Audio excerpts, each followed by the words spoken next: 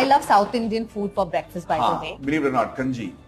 Kanji, okay. Yeah, I don't know if you've heard about it, but it's fermented rice overnight. Okay. And you add a little bit of choke to it with a little bit of yogurt.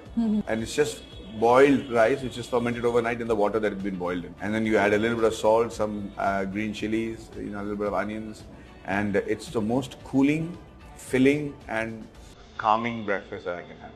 Is it also nutritious? It's supposed to be extremely nutritious and high energy. Right. Although I feel really sleepy after having it. I think I fermented a little longer than it's supposed to be.